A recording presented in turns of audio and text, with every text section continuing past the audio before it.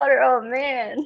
All right, I think we're live because it always says we're not, and we are. I keep saying that at the beginning of the shows. Anyway, welcome back, everybody, to another lovely episode of the Brandon Bonanza podcast internet show. We have a guest again today, but before we get into that, I am going to fix my hair and then I'm going to read the quote, which I have right here. Now this quote, I've heard it said a couple different ways. So I'm going to add a little bit in, but it's by Carlos Castaneda, and it says, the aim, and what he means is the aim of a spiritual warrior is to balance the terror of being alive with the wonder of being alive. It's a good one. Yeah, yeah. And I think that's a great place to start because right before we went live, we were talking about fear and killing minds. But anyway, my guest today is the lovely Luna Rose. Thank you so much for coming It's an onto my honor. show at the drop of a dime. You were really excited when I asked you, so I was pretty excited about that. No, Um, yeah. I was telling you, it's been a yeah, go ahead. since you first shared oversharing to me, and I was like, I want to be on the no, not even oversharing, but just like hanging out with you guys. Yeah, yeah, it's a lot of fun. I mean, especially the oversharing show. Shout out to my oversharing show that I do with my lovely friend Sharon. You can check that out right here on the Brandon Bonanza channel. Or go to morelawsmoreproblems.com to find more. And yeah, it's a really cool show. We're always talking about like stuff that a lot of people don't talk about. People sometimes will fight about it or argue about stuff like that. And I think it's all just, division. But it's pretty cool though. We say we kind of bore people in the beginning if they're not interested in that stuff. So then they just tune it out or turn it off. So we never get to really offend anybody, thank God, which is pretty cool. Yeah. Not that I'm really worried. So I noticed recently that you've been doing some stuff on Instagram, trying to spread some knowledge that you have. So what got you into that? Like what motivated you to start doing that kind of stuff? Start posting or just like the general like Just like self recording healing. and Oh, sharing what you've okay. learned. I mean, I'm sure there's a bunch of things, but Yeah, I mean it's been a while since I've had that like need to share things with people, but it wasn't until recently where I was like reading something to myself that I wrote from like maybe like a year ago. And I was like, yo, somebody needs to hear this. Like somebody else needs to hear this because I'm not the only one that has issues.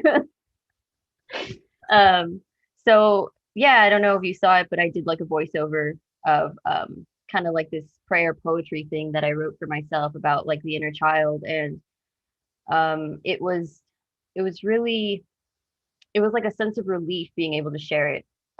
Even though I know a lot of people probably didn't watch it, but um, just knowing that somebody probably out there got something from it. It's yeah, it's a really what's that word I'm looking for where something is like cathartic, not cathartic. Is it cathartic? satisfying. Satisfying? Like when you have a really good cry, you know? Yeah, yeah. I know what you're talking about. Yeah. Yeah, it always helps to share what we've learned, especially when something helped you, because then you could see how something negative that you went through overall became a positive.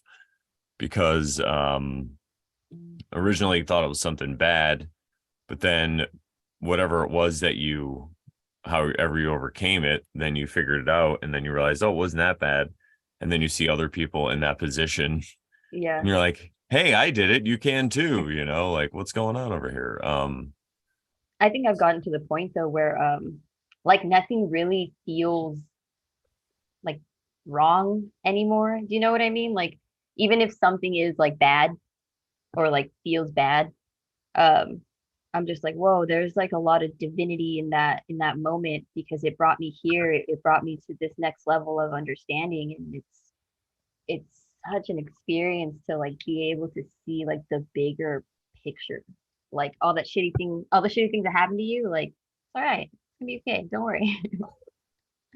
Yeah, exactly. It's funny that you say that because I was earlier today when I was thinking of things that we could talk about. I was like, I should ask her about this. And I didn't even think I'd remember, but now I do because you said that, which is I'm gonna be like, should I ask her if I'm a psychopath? Because like I just kind of everything that happens, I'm just like, wow, wasn't that crazy? Not that things in my own life, sometimes the things really close to you can get to you. But even though when big things happen, like say, for example, people die or tragedies happen or all this bad stuff is happening out in the world, I'm just like, isn't that interesting? Like how that's Yeah. playing out and like, Yeah. wow, that's crazy. It's all kind of working itself out in some way, like, and it just doesn't, I think Sharon is this way as well.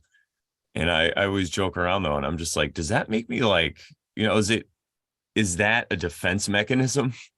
Because I see how crazy everything is. So I'm just like, it's just all perfect, it's all gonna work out one day. Or I mean, I think it's just true on one level, but I guess it would be hard to see if you're just having a defense mechanism about it and trying to like kind of ignore it or whatever, or if you really just are seeing it that way, or maybe it's like sometimes it's both. But yeah. So am I a psychopath? Now that you mentioned it, no. Just a No, little so bit. it's funny though, because I actually started gaining that perspective from the idea of, how do I say this without sounding like pushing somebody's buttons or something, but for me, uh like reading the Bible, right? And they when they talk about God and God being like the Alpha and Omega and the beginning and the end. And to me, I'm like, oh, it's like the black and the white, the good and the bad. It's everything, right? It's the all encompassing, omnipotent, omnipresent being thing that's going on, right? So everything that happens within the universe, within creation, with us, with every like it's all a part of it. It's all part of that same oneness. So how could it possibly be bad? How could it possibly be good or any of that? I mean, yeah, we live in this reality where it's like we have that perspective of good and bad and things like that, but it's all part of the same creation. So I don't ever really see it as bad. Like even with death, like I don't see death as like a separation or even like somebody actually dying and going and leaving somewhere. They just become closer to that omnipresent state of being where they're everywhere at once. Yeah.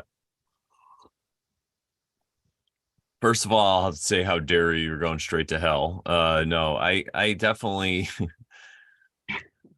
yeah, no, I agree. And I wonder if well, what I was gonna say is it's really nuanced. So like, is there a right and wrong? I think on certain levels, depending on how you're like focusing your lens, and we can't really focus our lens to be, we're just mortal beings, right? We couldn't understand what it would be like to be the actual creator himself.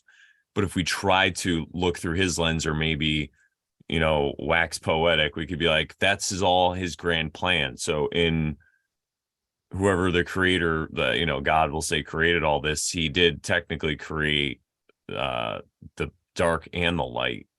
Maybe that's what this realm is about. Maybe the dark exists so we, well, first of all, we have the choice, we have free will, right? And so then on that level, on the everyday level, the choice level, and the in the physical, I guess you could say, part of this realm, then the right and wrong, I think, does matter, especially in your own choices, right? In your own decisions. But then when you step back and look at the big picture, it allows you to not fall into like a victim trap of, oh, look at all these terrible things that are happening and the world is so horrible. Because, at the end of the day, it's easy to fall into that, I think, for people because of how crazy things are, or at least we're told they are. I mean, who knows, right? But even the things we see with our own faces, especially like when people were covering their faces a couple of years ago, it's easy to get caught in that. But I think if you do look at it, like you were saying, from that perspective, you could see how it is all just playing out. And it's supposed to happen. And then but then again, people will be like, oh, well, now you're saying, you're like being new agey and all this stuff. It's like, no, no, that's just how I look at the world so I don't have to be a victim. But then I could also say in my life now I have to take action and I have to choose to do what's right, excuse me, because I'm trying to get through this whatever it is, this realm, and I'm trying to have the best experience possible. And then also have the best experience for everybody, I guess you could say. It's so nuanced though, because it does sound like It communism is. and collectivism and all this stuff. It's funny, that's just like the inversion of it all though. All No, that. it is because so something I used to think about that it's like, oh, somebody can have really good intentions and it have a really bad outcome, or somebody can have bad intentions and it has a really good outcome.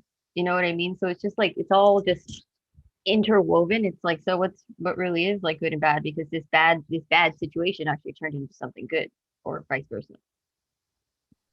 Yeah, it's really like how on one level there really is no cause and effect. There is cause and effect, but then at one level it's kind of like Joe always says, that's been on our show before. He talks about there's a field and then there's iron filings.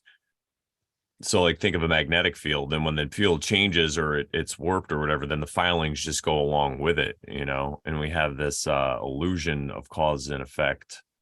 But that's another level, right? Everything's all these crazy levels. But anyway, I'm getting really No, no, uh no. That's actually funny because I was reading something about that today because oh that really? has, yeah, that has everything to do with like your own vibration, right? Because we're electromagnetic beings. So it's like whatever you're vibrating at, it's like you could be a really strong magnet or a really weak magnet or whatever kind of magnet, right? So you're going to pull in these experiences, right? The shavings are going to be different for the different kind of for the different vibration that you're at. That's why some people they can't for whatever reason, or they can't bring in experiences that feel good to them because their magnet is like, you know what I mean? You know how when like a what do you call it when like a magnet is like on its like reverse polarity instead of it being like how it's supposed to be? I forgot what it's called. Upside down? No, I don't know. But no, that's your mind is literally like it's Like electricity. reverse polarity kind of. Reverse polar. Oh, is that what you're looking for? Oh, Kind okay. of, kind of, yeah. So it's like it's facing or it's doing the wrong thing. So you're pulling in experiences that you don't want. And a lot of the time that's all subconscious stuff. You know what I mean? Like all the shit that you've been told, all the things that people tell you, all the things you tell yourself. It's like something as simple as like somebody saying like, oh, like jokingly, even jokingly, it's like, oh, I was a mistake. My parents didn't mean to have me.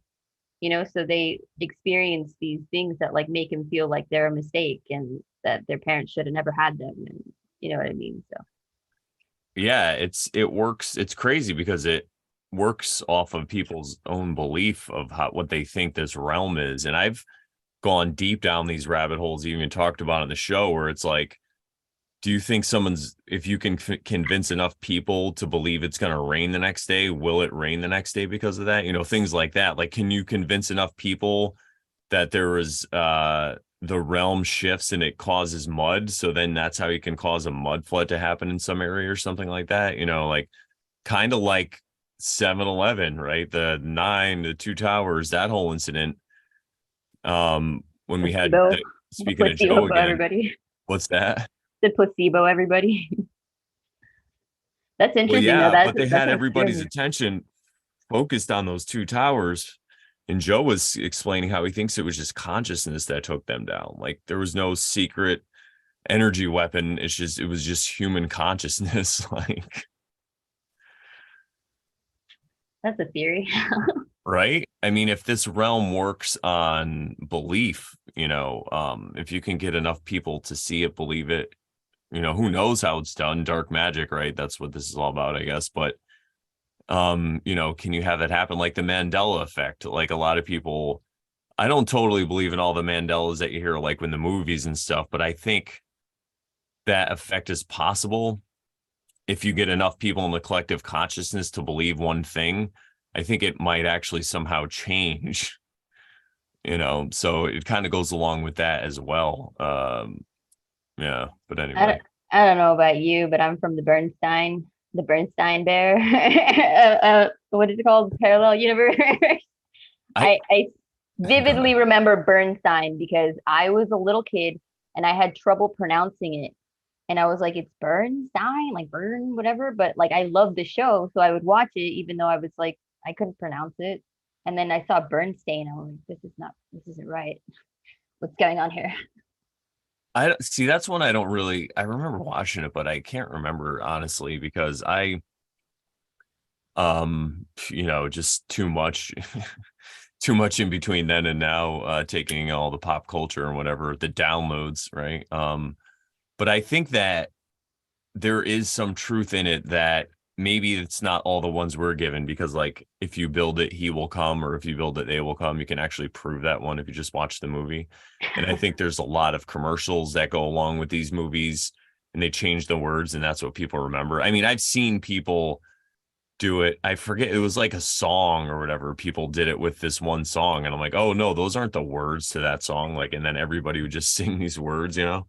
So I've seen it happen. So I could see that, but I think there is a way to affect this realm, but it's like, on high levels of like dark magic and focus or whatever. I mean, maybe it can happen by mistake, but anywho, I'm not really too concerned with all that stuff because I think that is still a function of this realm, and we're here to not really like hack the realm. You could if you want, like I'm not judging people, but it's not about like hacking the realm and stuff like that.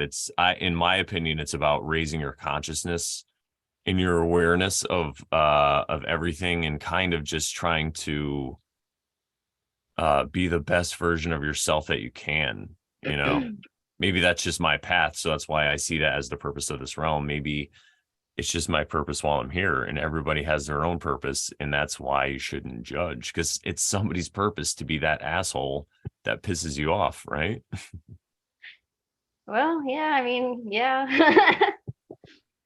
I think purpose though is really it's subjective because it's like, oh, you're going to define somebody else's purpose. It's like for all you know, like that asshole guy's purpose was something else other than being an asshole, you know what I mean? So like um How but dare you? how dare you judge that man? No, how dare you judge me for calling him an asshole? He was here to teach me a lesson. Oh my God. No, but back to what we were talking about before is that like even just thoughts, like your simple thoughts, your simple every day to day thoughts. That's I feel like the defining factor of what creates a reality because there's a lot of theories out there that like psychology theories that say, oh, first it's like a physical thing, and then it's like your emotions come and then your thoughts come, or it's like first your emotions and then it's your physical body. But then I really thinking about it and I was like, it's your thoughts. Your thoughts create those emotions, and your thoughts, and then those emotions create these actions or lack of actions or whatever.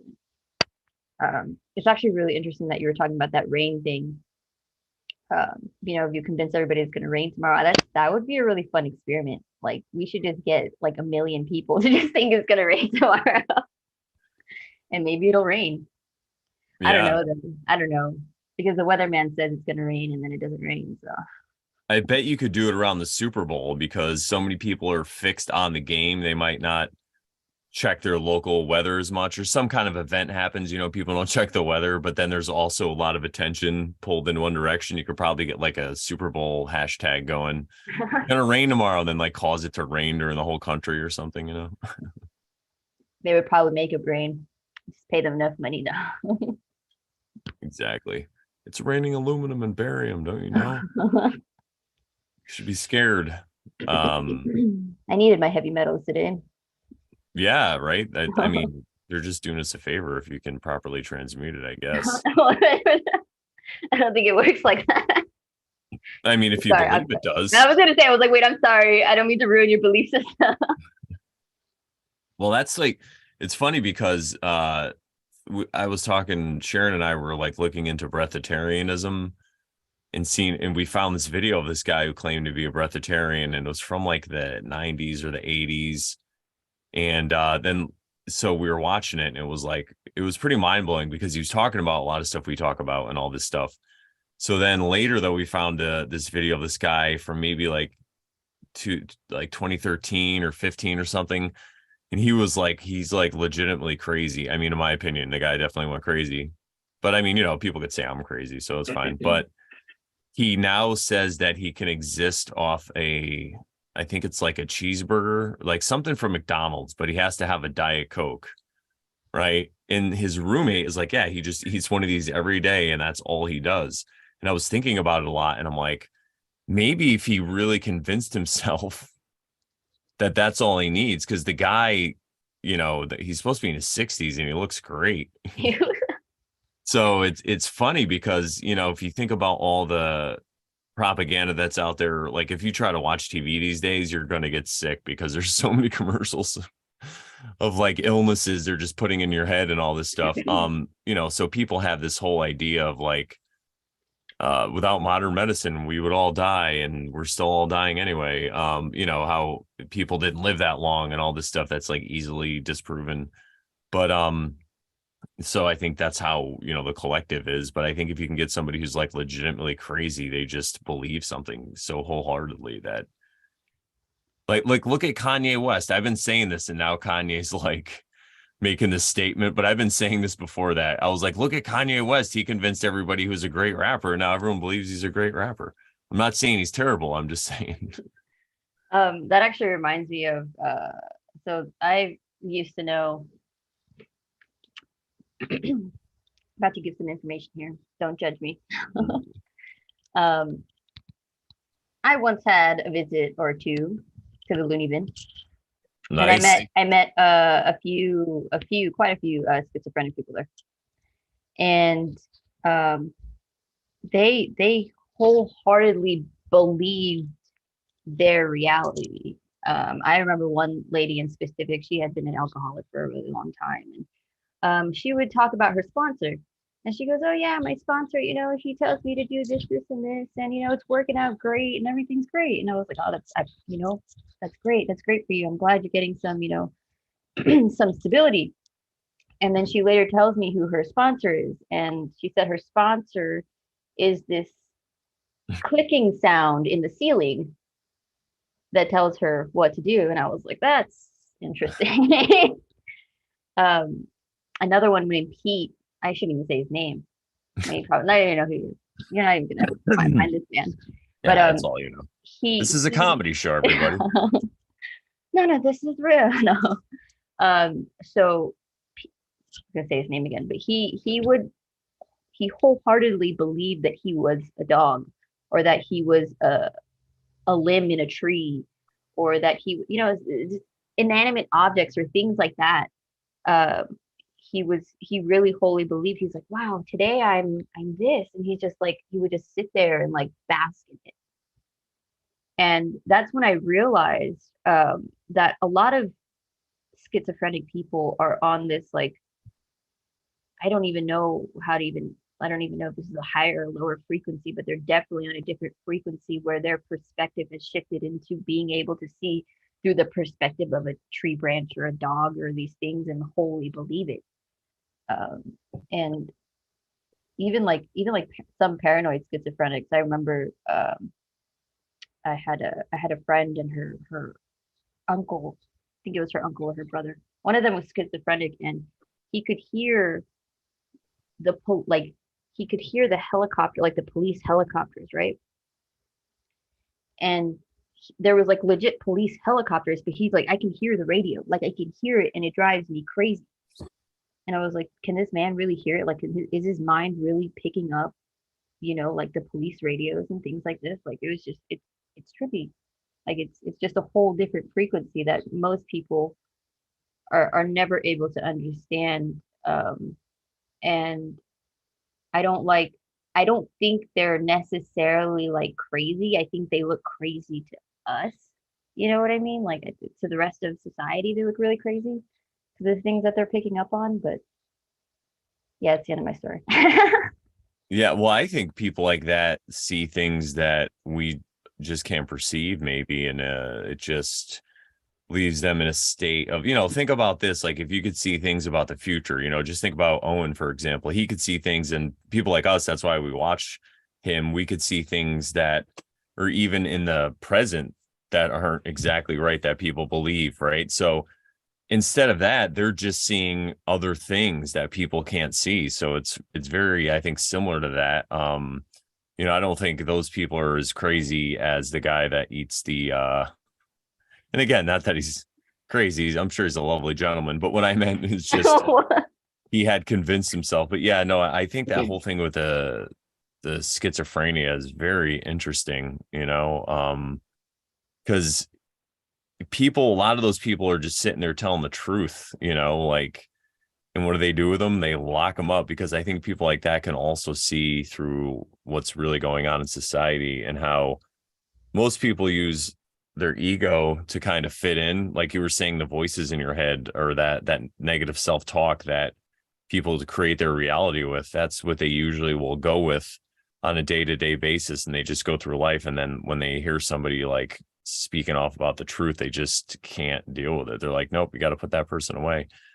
And maybe some of them are more like what we would call crazy because they look at clicks in the, but I mean, who knows? It's just all energy, like Yeah. I With always go, her, with oh, sorry, go ahead. yeah, go ahead. Oh, I was just gonna say with her, what I really thought about was that, like, wow, her mind created this entity for her to be able to cope with life. Like, how else was she gonna cope? She didn't have anybody else to talk to. You know what I mean? Nobody to give her actual advice. She was, for the most part, she seemed fairly normal, other than that. Like, it was her Or coping maybe there mechanism. was a higher consciousness speaking with her. It just manifested through this click, Through Morse right? code in the wall. Yeah, like who are we to even, Right. because think about it, if you started talking to some kind of higher consciousness, and it could even just be an aspect of yourself, but you're externalizing it into the wall or whatever it is, and it's giving you direct advice like that, it could be dangerous, because when you, I mean, it could be a good thing, but I think that we kind of speak our higher self, if you will, or whatever it is. You can even call it like the creator, the force of God. The way it speaks to us is very, it could be, it's like through synchronicities, I guess would be one of them. I was going to say like puns, like that would be the language, but it's by these events that kind of happen in our life. But I think if it was, and sometimes even through dreams, right? Sometimes you have a dream about something, and you have like, there could be another aspect, an older part of yourself is telling you what to do or something like that. But I think if you ever got like a direct connection or direct communion with it, and it told you something like that, people would think you're crazy. Yeah, and so shout out to the chat. We got Robo Honky in there, who's still my favorite screen name handle on YouTube. Bubble. Okay. Robo Honky. Shout out to Shannon and Stacy. Zeralath was in there earlier. Woodshop Bear, what's up, bro? 7-Eleven Lucas. Let's see. My grandma, Shannon says, my grandma worked at a mental institution in the 60s through the 80s ish. She had interesting stories. I can imagine, I because they used to bet. like Yeah. shock people, and they still might do that. Woodshop says schizophrenia, the term we use for everything we don't understand, good and evil. Yes, very good point with that. I think about it this way too, because it's like you look at people that we call like psychics and people that can channel, and they talk about speaking to angels and otherworldly entities, and like we're just like, oh wow, like they're magic, they're psychic, and it's like somebody else is doing it in a different way, and they're like, oh, they're crazy, they're schizophrenic. Yeah, see, I think it's funny because I was thinking that earlier, but I think the difference is the people who are like psychic or whatever, they're not like spilling the beans, per se. They're not like directly telling you what's wrong with your life, and you're just like, shut up, grandma, get in the mental hospital. You know, they're more like yeah, but yeah, no, I think it is very similar. Maybe they just have a different relationship, or people who are psychic or whatever had some kind of training in that degree with how to deal with it. And some people, and then let's face it, I think too, some people can bring themselves into it through harming their body, so some people will do it through like self-work and all this stuff, and like look at it, read all this stuff, and they come to an understanding of it. But then some people may just drink their whole life, and then they screw up their part of their brain that is keeping them from seeing all this or whatever it is, and they just, some wires cross, and they're just seeing it, and they don't know how to deal with it. And oh man, I wish I could send you links. I know you're gonna be like, where are the facts? But No, in I'm just messing with in you. one of the there's like an indigenous culture that actually takes people that like show these signs of like being like schizophrenic, right? And they actually train them and guide them to become shamans and like high priests because they know that it's not an illness. It's literally like they're a channel for everything that's on the other side. Yeah, in India they do that too. People like that, they look at them as I mean, I'm not saying they're doing everything right in India, everybody, but I'm just saying their culture looks at it how they'll take people like that and treat them totally different. They treat them like holy people. Again, because like you said, they have the connection with whatever it could be, source, call it, call it whatever, the voice of God. It's just most of us, it speaks to us also intuitionally. That's what I should have said earlier. We have like a feeling about it, but if there's some way to break the veil and you get direct contact with that, it could be harmful, especially if you're not ready for it. That reminds me of one of the times I did Deemsters, DMT, and I like blasted off, and I saw these portals in front of me, and it was about like there was like three of them. There's like three different portals, and all of them felt like they all made me feel really uneasy. And this particular one, there was like this energetic, like it didn't have like a face or anything, but there was like this entity. It was like this way, come this way. And I was like, should I go that way? I was like, it doesn't feel right. And then I remember looking down at myself, or like what was myself, my energy. And I I freaked out for a second because I was like, holy crap. I was like, I don't have any protection on here. I was like, I don't have any, like, I was just an energetic body. You know what I mean? So I was like, I don't have any protection. I have nothing.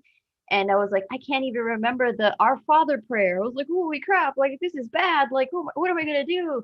Um, and then I like for some reason, like this thought just came over me and was like, you do realize that you're untouchable. And then and then that song came on by like MC Hammer. And I was like, can't touch this done and and I was like, oh, that's right. Like it was a really weird experience. And then like my light body just grew and I was just like this white being. And there was like these entities around me. And I was like, man, they really can't touch me because I believe that they can't touch me because I believe that I am like this light being that's all powerful and whatever. So yeah, little side note, little side story. No, I like that because it it kind of reminds me of the stories where like when you make a deal with the devil or like a vampire, you have to invite him in. Yeah. It's the same thing. It only comes in through your fear. So whatever state you're in, I mean, that could be I've never done DMT myself. But what if that was what this realm really looks like, because they say like some people will say before you die, they think that you get like a dump into your brain of DMT or whatever it is. So what if that is just this chemical or whatever it is that interacts in our body and lets us just kind of experience everything that's going on? And there are all these entities around us that we don't ever perceive them or see them, but we might feel like whispers or feelings and stuff like that. And then it is up to us to realize that they can only interfere with us if we choose to let them, through our negative mind states or whatever they are. So yeah, it is really interesting to think about it because I really feel, because I'm a realm earther and I feel this realm is like hermetically sealed. I don't think like all these other dimensions people talk about, I think it is all just right here, but we're just have this receiver that's tuned into this particular time in space or whatever it is, space, this time that's going on in this world. So that's why this is all we can experience. But I feel like, there's ways to mess with the circuitry or the chemistry and you could experience this, or maybe even you could do it like through higher states of consciousness, like meditation or whatever. But yeah, no, I'm fully on board with all that stuff. That's why I think people will see like a Bigfoot or aliens or whatever it is. I try not to discount anyone's story, especially if I can feel that they're not lying, and they're being honest about it. I think that it's better to keep an open mind about that stuff. But yeah, that's my whole stance on this thing. So I think that's cool that you realize that in that state and you're able to keep yourself from freaking out, because I've heard some other stories too. No, there's it's actually taken a lot of work to get there, but I always remember, like, you always have to remember, or at least I just always remember what reality I'm actually a part of. You know what I mean? Where it's like, okay, this is like I did this thing, so now I'm having this experience, but this isn't like reality forever. So it's okay. And the other times that I've done it like 3 times, I want to say. I think so. This week. Can't No. remember because the drugs. But so all those other times I came to this place that like, oh, how do I explain this? Have you ever heard of like the higher heart chakra? So there's like the chakra, your heart chakra, and then like right above it you have like the higher heart chakra. No, but And recently I've heard there's two different energies there, and it's like a polarity in that chakra. It's crazy, like as far as planets go. So maybe this has something to do with it, but keep going. so I forgot what book I was reading, but it was talking about the higher heart chakra, and this is I like before I knew about the higher heart chakra, I had this experience where I went into like I did DMT and then I went into this place where it was just this toric field of these hues of like pink and orange and yellow and I was just going in and out and in and out, but it was like the most peaceful, most loving place I had ever been. And there was like this knowing that this was the place inside of me and this is the only place that I'm ever going to find like the truest, purest peace. um and it wasn't until after that I found out that that was like the higher heart chakra, and I was like, oh, this is my place, this is where I go, like because even now like that's just where I go, that I envision it and that's just where I go when things just don't feel good. And I think everybody kind of just needs to have that place. A lot of people don't have that place because they're so stuck in like this physical reality of there's no place for me to feel safe, when it's like it's such an internal thing. Yeah, I think that explains why a lot of people go along with these pranks and psyops and stuff because they really, they just don't feel safe or and they let the fear take them over. I like that though. I think that's cool, especially with the Toro. I can't even say it. Toric Field. Sorry, I just read this comment from Woodshop Bear. He goes, Brandon blocks those whispers out with tinfoil wrapped in his bandana, allegedly. You're giving up my secret, dude. What are you doing? It's my tinfoil. Hang on, it's a little off. There we go. I thought I heard some whispers. Yeah. Uh yeah, we have a hilarious chat. Thank you guys so much for hanging out. It's part of the reason why we do this, because if not, it'd just be me talking to the wall. That could be interesting. I mean, I've done it before, but yeah. No, I think you're totally onto something there because it's like you're getting more in touch with your intuition and letting the fear just kind of go. I mean, you're still going to feel it, and I don't think that you should really like try to not feel your feelings, but it's kind of like what you do with that feeling, you know? And if you can overcome it, and I don't know, it's really it's kind of like you start spiraling up when you start doing it. I think that's what a lot of people are experiencing that are following us or that are like friends with us and stuff like that in these communities. It's really cool to see because it's getting crazy out there. It's getting crazy. It's gonna rain tomorrow, I heard. um, nose rings are a scare. Let it go. Wait, what? I'm Oh, my pretty nose scared. ring. I gotta tell you, I'm pretty terrified. But what else was I gonna say? So I wanted, okay, so we're having a great conversation here, but I want to bring it back to the beginning if you want to talk about this stuff. What got you like into all this stuff in the beginning though? Because like I'm an old man, you're a nice young woman, and it sounds like you've been into this stuff for a little while now. It took me a while in my whole life to get this. I had to go through the cycles and keep getting hit in the head. But finally I learned. I'm a little stubborn, but Um, see, it started. I want to say like it started when I was about like I want to say like 18 years old. And I realized that like the trauma from my childhood was affecting the current like relationship that I had been in. And it wasn't even really like a relationship because it was like, when you're young, I feel like when you're young, it's kind of like you don't really know what you're doing.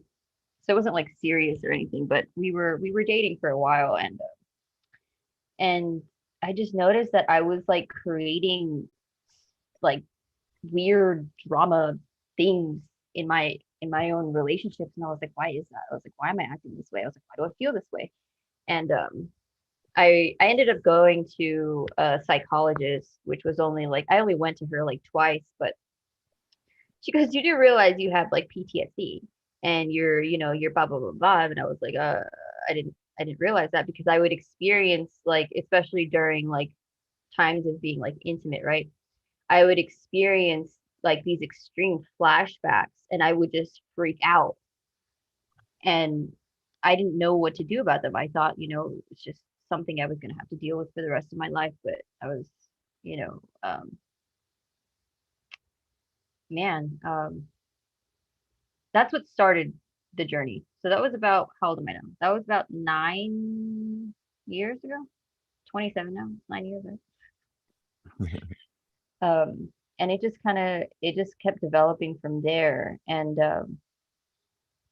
it's been a hell of a ride, to be very honest with you, because there are things that, when you go through life and you don't know that you don't know them, so you're just like subconsciously keep playing them out and playing them out, and then you get to a point of like, the thing, but you still keep playing them out, so you're still kind of walking around like half retarded.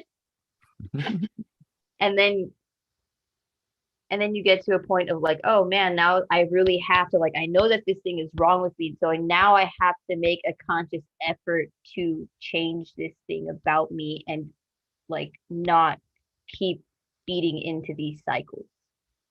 um I don't know, for me specifically, it had a lot to do with like self-worth. And it I was like one of the most miserable people. You wouldn't have recognized me, like, at all. I was an extremely miserable, pessimistic person, and I found like there was no reason for me to live. I would literally beg God to die. I was like, please take me now, please. And I had like three different like suicide attempts and things like that, and it all had to do with just this feeling inside me that I just wanted to die and it wasn't worth living, and nothing was worth it. But moving through all of that, and now that I think about it, you asking me this question, I almost like I'm trying to pinpoint the moment where I really like, I guess, where it truly shifted, because it's honestly just been a really big progression where like faith increases, your sense of self-worth just increases over time, and it's not just some like overnight thing. Just like not here again. No, I know Uh, what you're saying, but sometimes there's a point, that you can point to. no, there definitely was. It was actually, when was it? 2020. So my last relationship that I was in was an extremely intense one. And I don't want to say too much just because it's like some people know him, so I don't want to like, you know, let people get into like his private life and things like that. So, it was just like a very harsh reality check of what I thought, you know, how do I say this? What I thought normal behavior was. And when it comes to like, dating people and things like that. I don't know. Um I didn't know that what I was doing was like wholly wrong, because it was just like, oh, it's just an experience, right? Like, you're just experiencing people and all of these things, but it's not always that, because you come to understand that like you're sharing your energy with people. You're creating a cycle between you and them, and even just like shaking somebody's hand, like you're energetically sharing your, this. your energy with them. So, um, but it was a very harsh reality check that I had with him, and I had a few mental breakdowns in that relationship, and it brought me to a place of understanding my own self-worth and and I guess not who I really am, but how I should really view myself. And now, like, man, I don't like, I know this probably sounds mean, but I don't give people like the time of day. And I kind of like it better that way because there's like a lot more peace in my life, and I realize that a lot of people like to take pieces of me. Like they just like, they're just here for the show. They just want to see like what they can take from me and, like, and what I have to offer, but they never have an intention of giving anything back. But I think when you get to a point of like you have that intuition, right? That you know that that person's going to do that and that you're going to hold yourself to a high enough standard so that nobody does that to you. So I'm just kind of like a hermit now, Yeah, keeping well, myself. you're just drawing boundaries, really.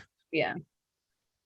Yeah, I think it's a good place to start. That's what I did. And then, after a while, you could start loosening some of these boundaries with different people, or you meet other people and you could let them in further or whatever. But yeah, I think especially in the beginning of a lot of this stuff, once you realize about energy and how you can, because you like you were saying before, you could have all these good intentions, so you can be trying to help people and you can't help anybody is the real answer, right? You can only help yourself, but you could be trying to help people and then you're in this cycle with them where they're pretending like they want your help but they just want your attention.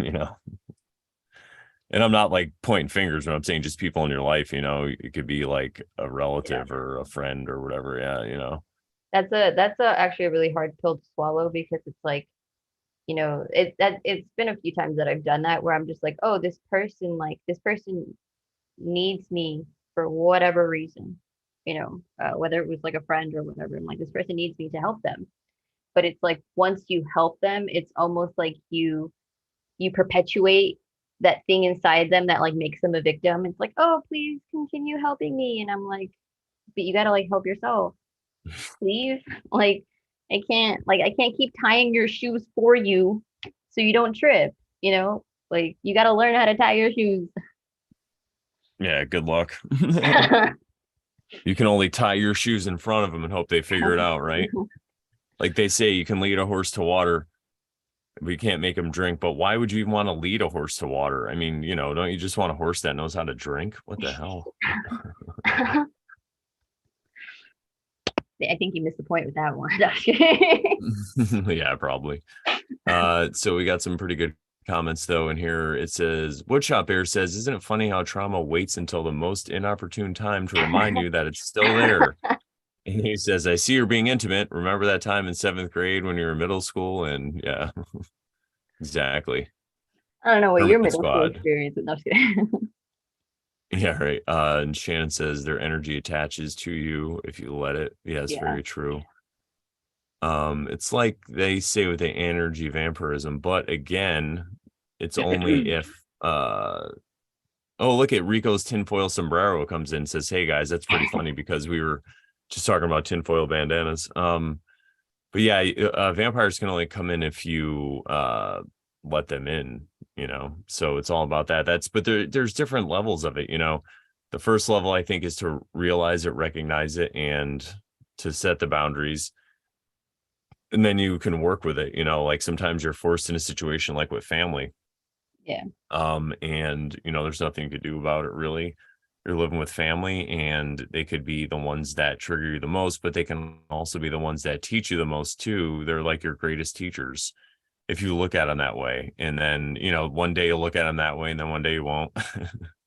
It's just a practice. But I think that the more that we can do that, the more we can do the real work. Because if the ones that trigger you the most, if you can get over that slowly but surely, you're sometimes faster, then you could be basically unstoppable. Nobody's gonna like shake your stability or your calmness if if you can let those people just bounce off you. So You know, the interesting thing though about energetic vampires is that the high vibrational version of like an energetic vampire is somebody that can literally suck the negativity out of somebody and transmute it.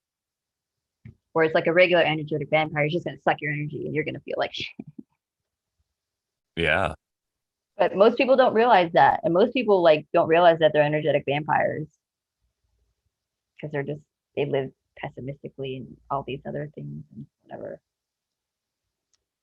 Yeah, exactly. It's like it's a resistance, it's just like energy that you have some kind of resistance and people are just vibrating to that frequency or whatever you want to say and they don't even realize it. And it's just really their thoughts, like we were saying earlier, it comes down to like the everyday thoughts. And I love it because see all these things like in Tolkien, and it's like, evil's held at bay by the everyday actions of regular people. And it's the same thing if you just take it one step further.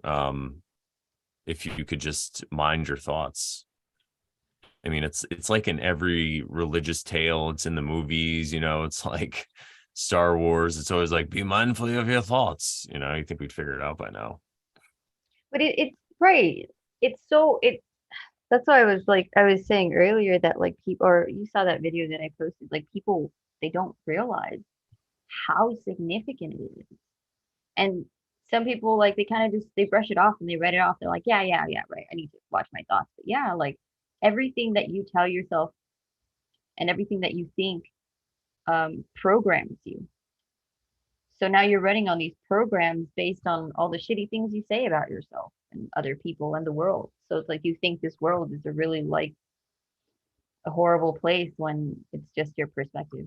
It's just this perspective that you've created from yourself, from your own thoughts and mind. Oh God. Yeah, it's like a prison of the mind. And then if you're vibrating on that frequency, you're able to be puppeted.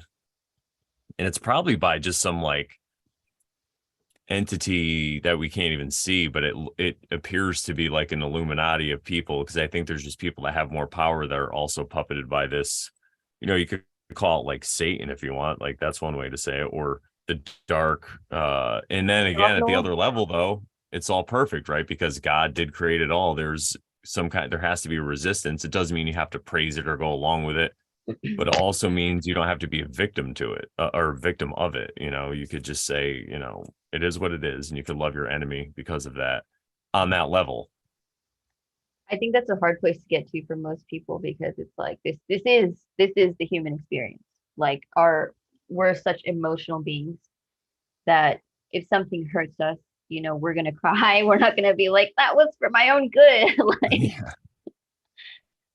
and most people can't get past that point of I don't even want to call it victimhood because it's not. It's just like it's just experiencing the experience and like nothing more. And most people will dwell in their past for a very long time and be like all the things that have happened to them, all the things that they've done, all things people have done to them. So it's like they they recreate these realities over and over and over again of how like shitty the world is from their thoughts, from their memories. And even though they don't exist anymore because the only thing that exists is right now.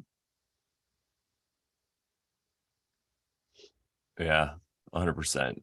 All that stuff is just made up in their head. And I wonder if it's the way the world is the way it is now is because there's so many people that think that's how it is. And because of that thought in their head, they're actually creating it.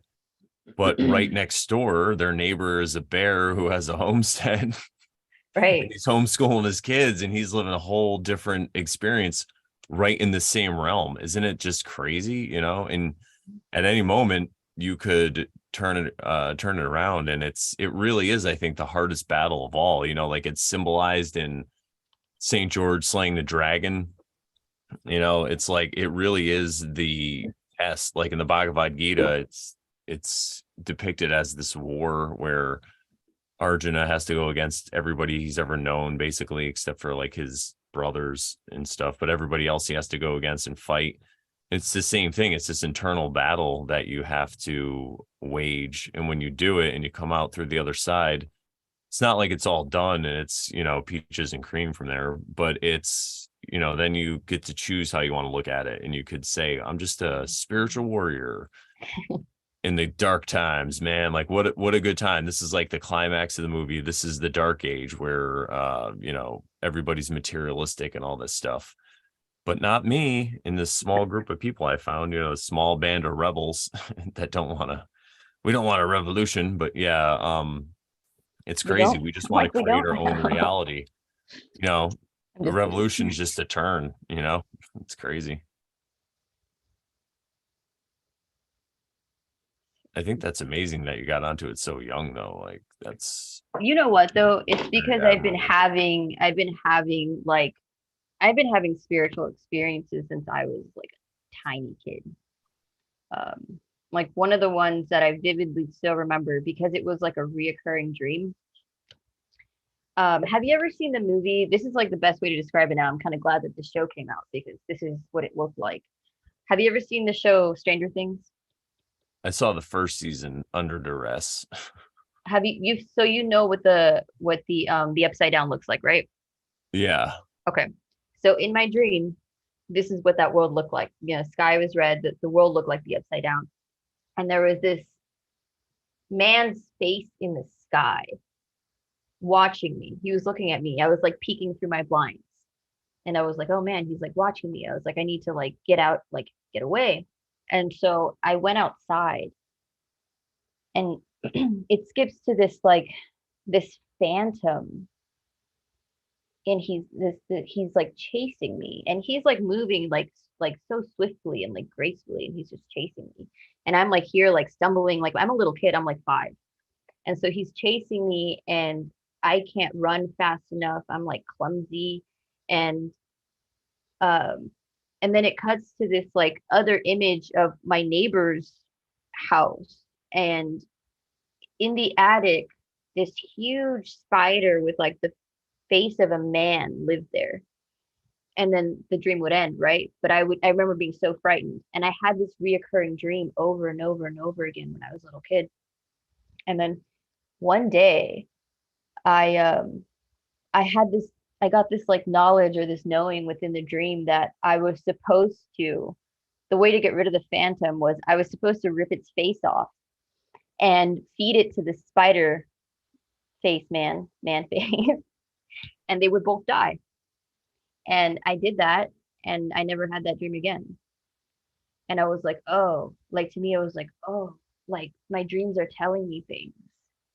And I've had like prophetic dreams before, and things like that. I don't know if you remember when like the California fires were here and they were like everything was on fire over here.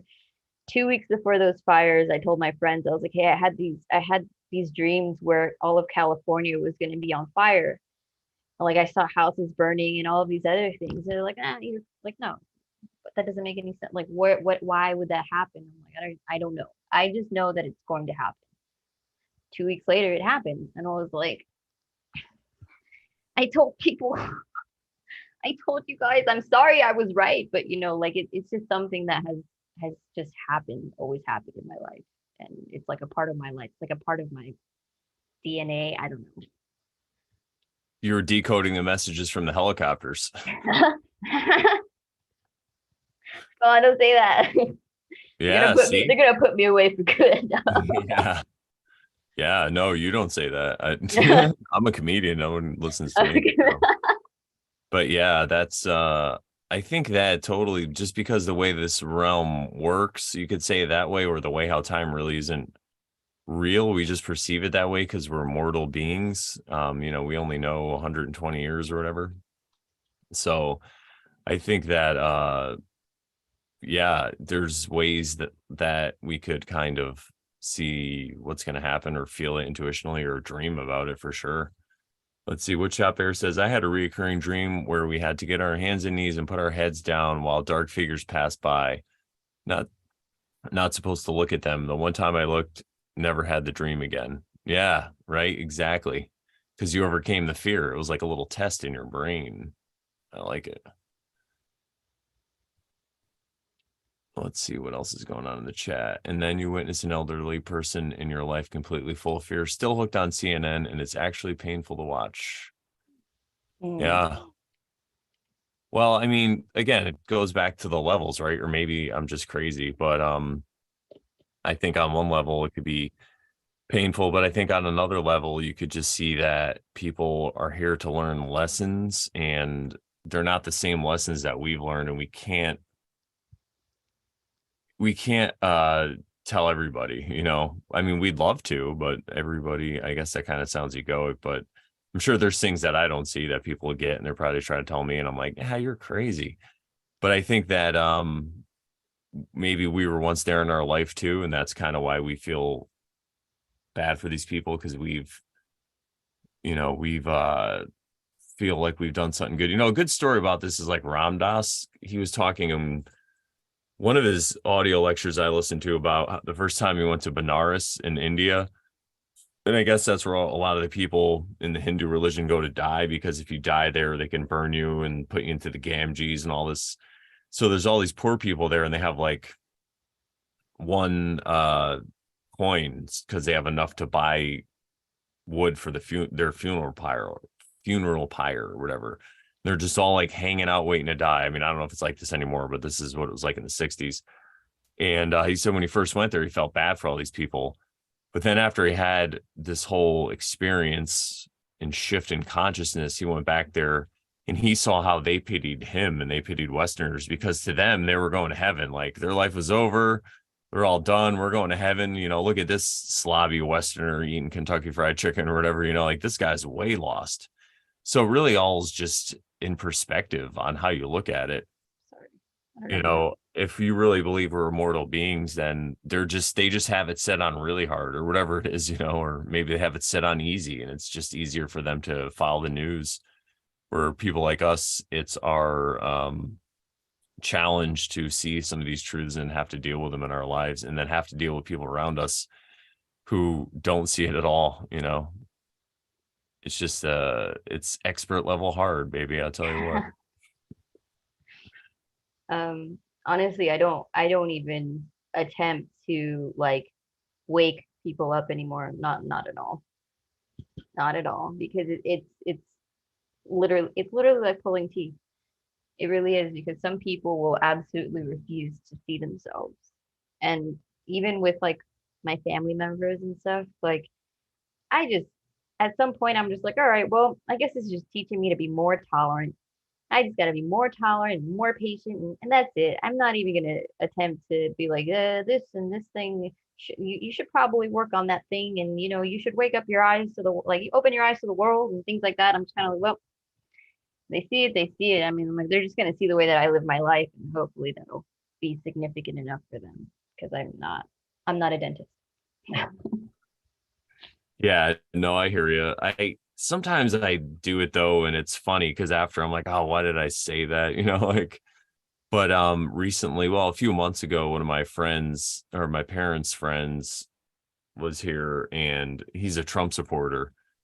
And I was just like, oh man, you know, I don't know. I'm like, isn't he like a vaccine salesman? You know, like just saying all these fun things like that. But and we were talking about that country in the Middle East with the star. And I was like, yeah, I don't know. I'm like, you ever heard of the USS Liberty? You know, like they bombed us. He's like, what? Because he was in the Navy, this guy. I was like, dude, look into the USS Liberty, bro. Like, seriously. Anyway, I don't want to ruin his whole Trump parade. You know?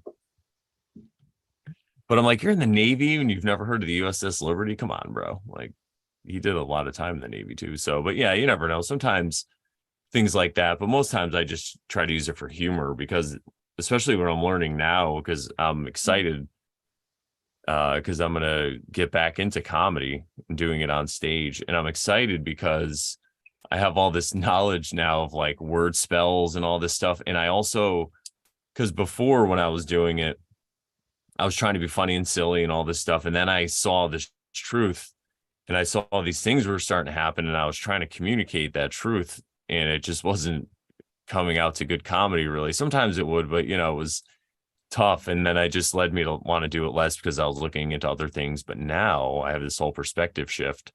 So the goal really is to just make people laugh, not to wake them up to any truth, but I can use all the knowledge and all the true things that I know to do that. You know, it's like my friend Rodney Norman. Like I had him on my show. Shout out to Rodney Norman. Check that episode out. He basically, oh, he has this character where he just pretends to be the silly, goofy guy, and he just speaks all this truth, and people listen to him and laugh, but he's still getting that message across. And like, you know, he has like almost 1 million TikTok followers. So even if most people laugh, some of them are going to get that, and it's going to hit them when they need it. You know, like it's a way to, I don't know. It's just, it's like a parable, you know, like Jesus spoke in parables. It's really interesting. So I'm looking forward to doing that in my comedy as well. Maybe not, you know, in It's interesting because I feel like they like comedy is one of those ways of making things more palatable. Like I don't know if you've ever seen or like those adult cartoons, right? They'll like do certain things and say certain things in those movies, but because it's a cartoon and it's a comedy, it makes it easier for people to like digest it and accept it. Like there was this really weird show, oh, I forgot what it was called, but it was basically about like all like the conspiracy theories and all of like, the things that are hidden from us, but it was in cartoon form and it was, comedy and they were making fun of it, but it was all the things that people are like, oh yeah, that's just a conspiracy theory. It's not true, but you're sitting there laughing at it and like they're making this guy look crazy for believing, aliens or whatever, so um comedy makes it's like an easier form of like manipulation almost, yeah, or in your case, exactly. getting a point across.